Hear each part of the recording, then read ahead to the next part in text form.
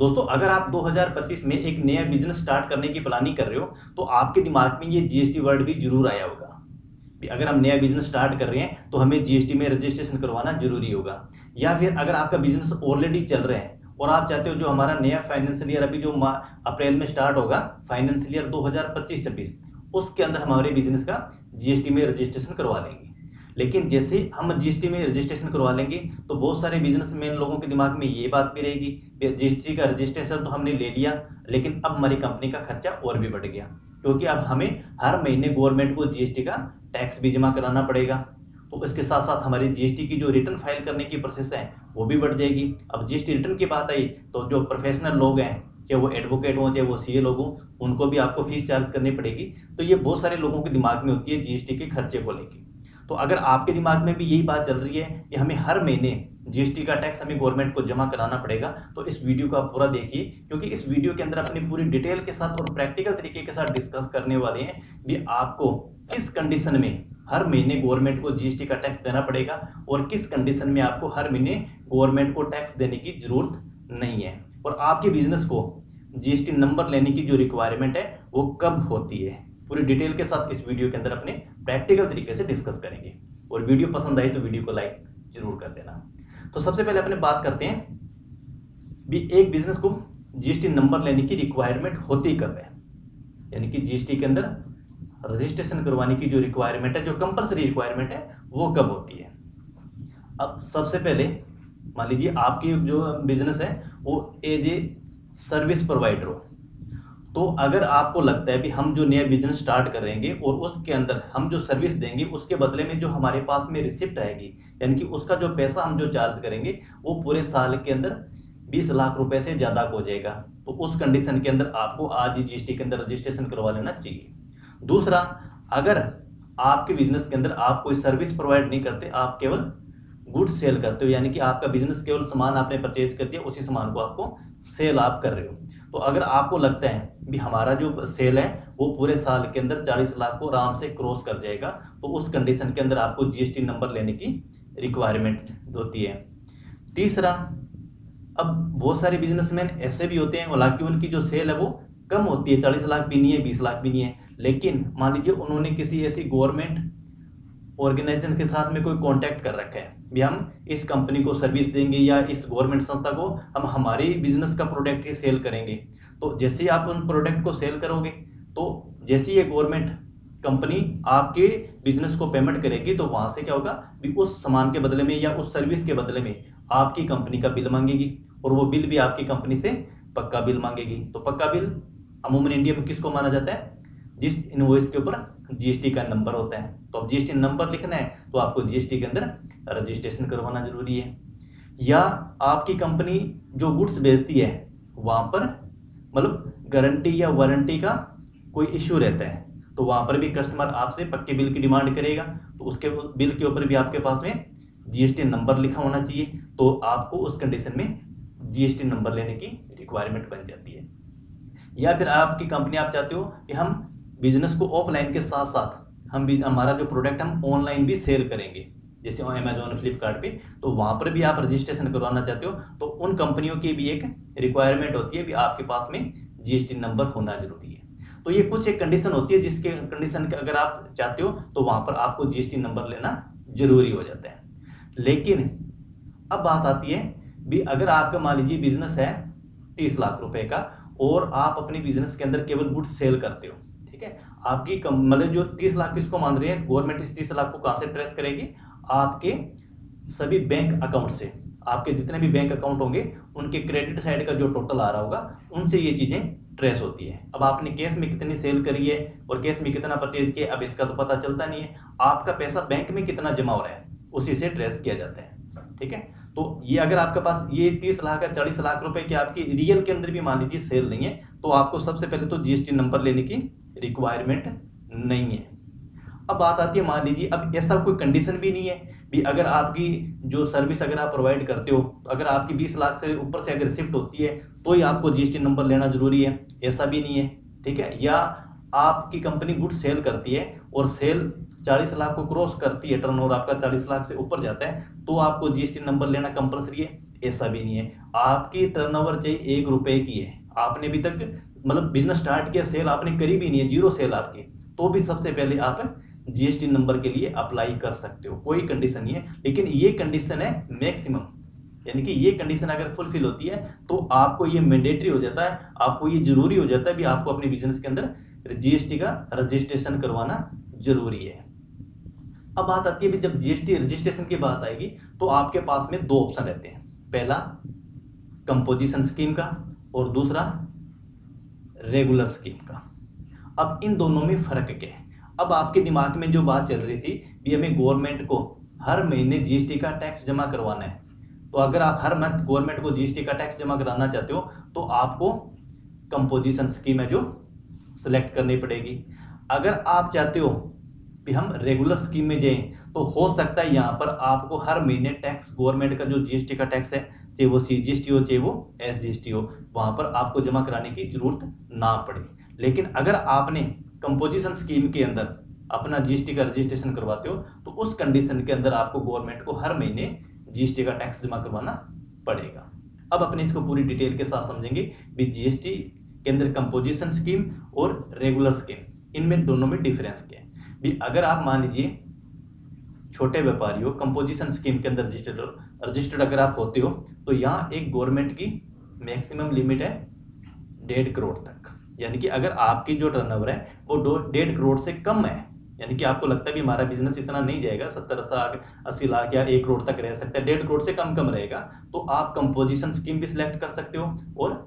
Regular scheme भी select कर सकते हो। ठीक है, ये स्टार्टिंग में आपके पास में दोनों ऑप्शन अवेलेबल है। और अगर आपकी बिजनेस की जो टर्नओवर है वो 1.5 करोड़ से क्रॉस कर जाती है तो आप इस कंपोजिशन स्कीम के अंदर नहीं रहोगे, आपको उस कंडीशन में फिर रेगुलर स्कीम ही आपको सेलेक्ट करनी पड़ेगी, आप इस क्राइटेरिया से बाहर हो जाओगे।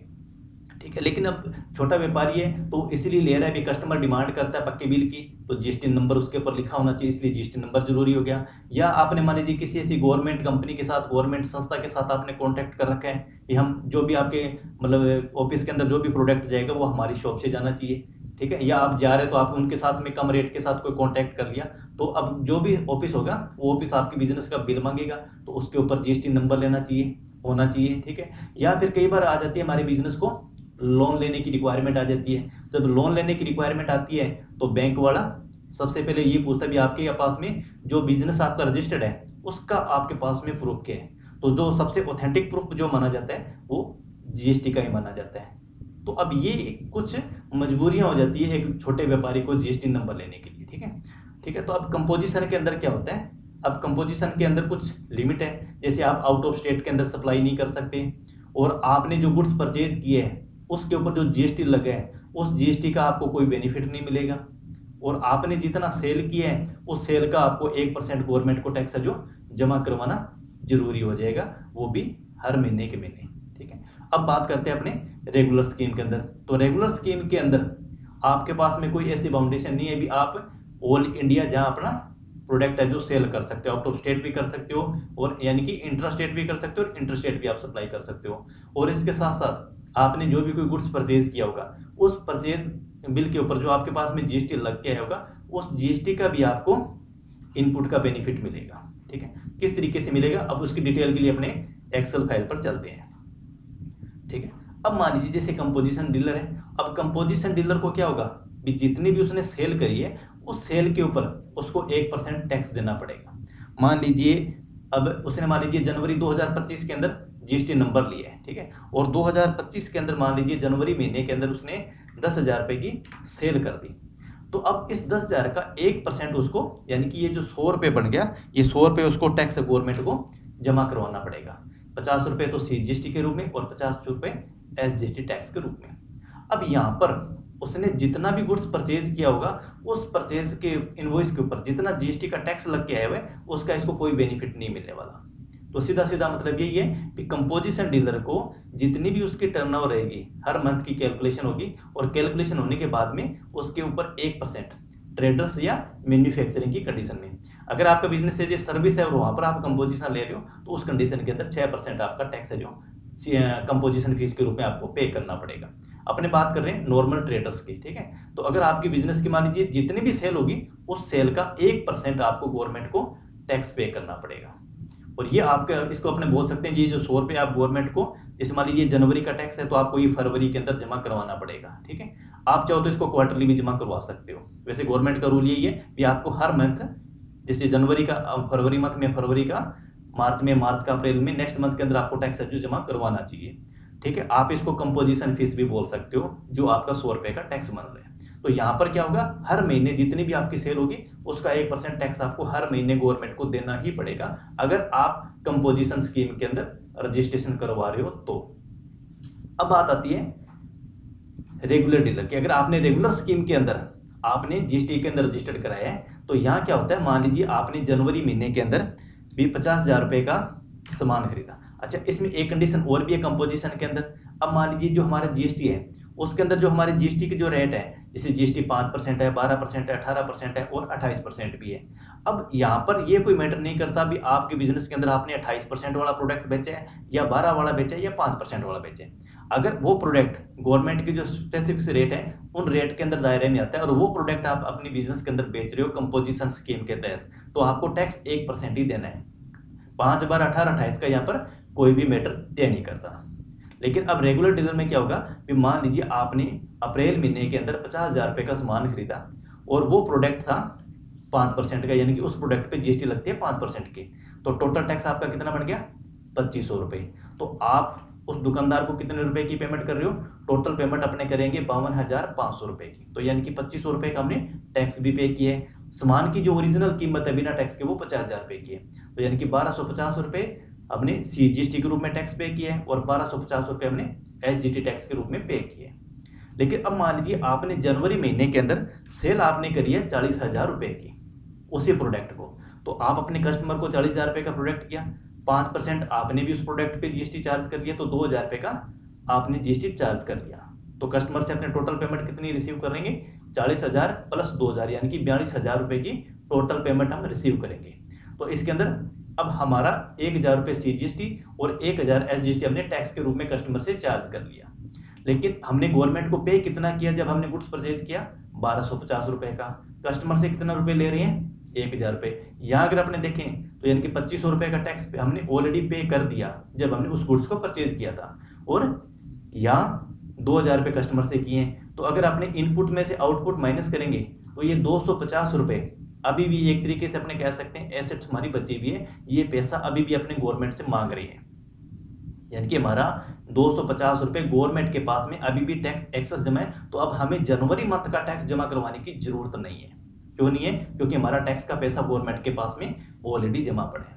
अब हमें रेगुलर स्कीम के अंदर हमें टैक्स कब जमा करवाना होगा, आपने 50,000 रुपये का सामान खरीदा और इसी सामान को मान लीजिए आपने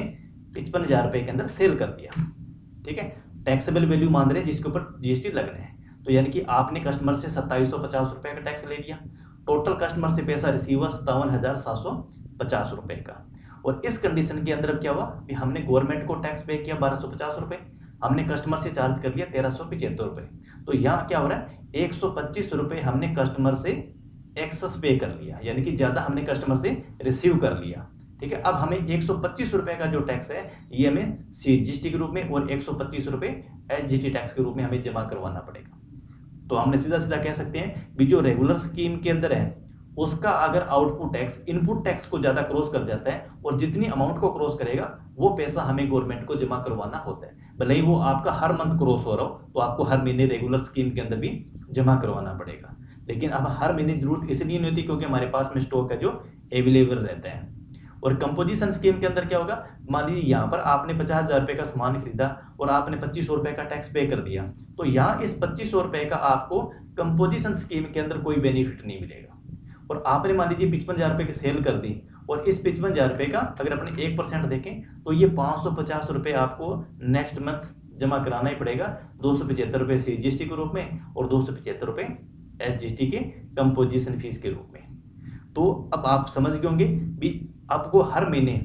अगर आप कंपोजिशन स्कीम के अंदर अगर आप अपने बिजनेस का जीएसटी में रजिस्ट्रेशन करवाते हो तो हर महीने आपका कंपोजिशन फीस 1% आपको जमा करवाना जरूरी हो जाएगा। रेगुलर स्कीम के अंदर आपका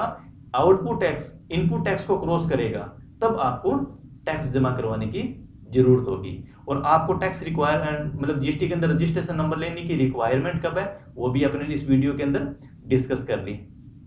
भी आपकी सर्विस 20 लाख रुपए से ज़्यादा चली जाएगी आपको लगता है, तो आपको जीएसटी नंबर लेना चाहिए। अगर आप गुड्स सेल करोगे और वो आपको लगता है भी 40 लाख रुपए से वो भी ज़्यादा क्रॉस कर जाएगा, तो आपको जीएसटी नंबर लेना जरूरी है। या आप गवर्नमेंट के साथ या कोई गवर्नमेंट ऑफिस के साथ में कोई टाई अप करते हो भी हम आपको सर्विस देंगे या गुड्स देंगे, तो वहाँ पर भी डिपार्टमेंट आपसे पक्के बिल मांगे, तो जीएसटी नंबर लेना जरूरी होता है। बैंक से लोन ले रहे हो, उस कंडीशन में बैंक से भी आपसे कोई ऑथेंटिकेशन रजिस्ट्रेशन मांगता है, तो वहाँ पर जीएसटी नंबर लेना भी कई बार जरूरी हो जाता है। ऐसे बहुत सारे स्पेसिफिक रीजन है जिस कंडीशन में जीएसटी नंबर लेना जरूरी हो जाता है। लेकिन जीएसटी नंबर लेना किस कंडीशन में मतलब किस स्थिति में लेना है, कंपोजिशन स्कीम में लेना है या फिर रेगुलर स्कीम में लेना है, वो इस वीडियो के अंदर भी हमने डिस्कस कर लिया। तो वीडियो पसंद आई तो लाइक जरूर कर देना, और चैनल पर पहली बार आए हो तो चैनल को भी आप जरूर फॉलो कर लेना।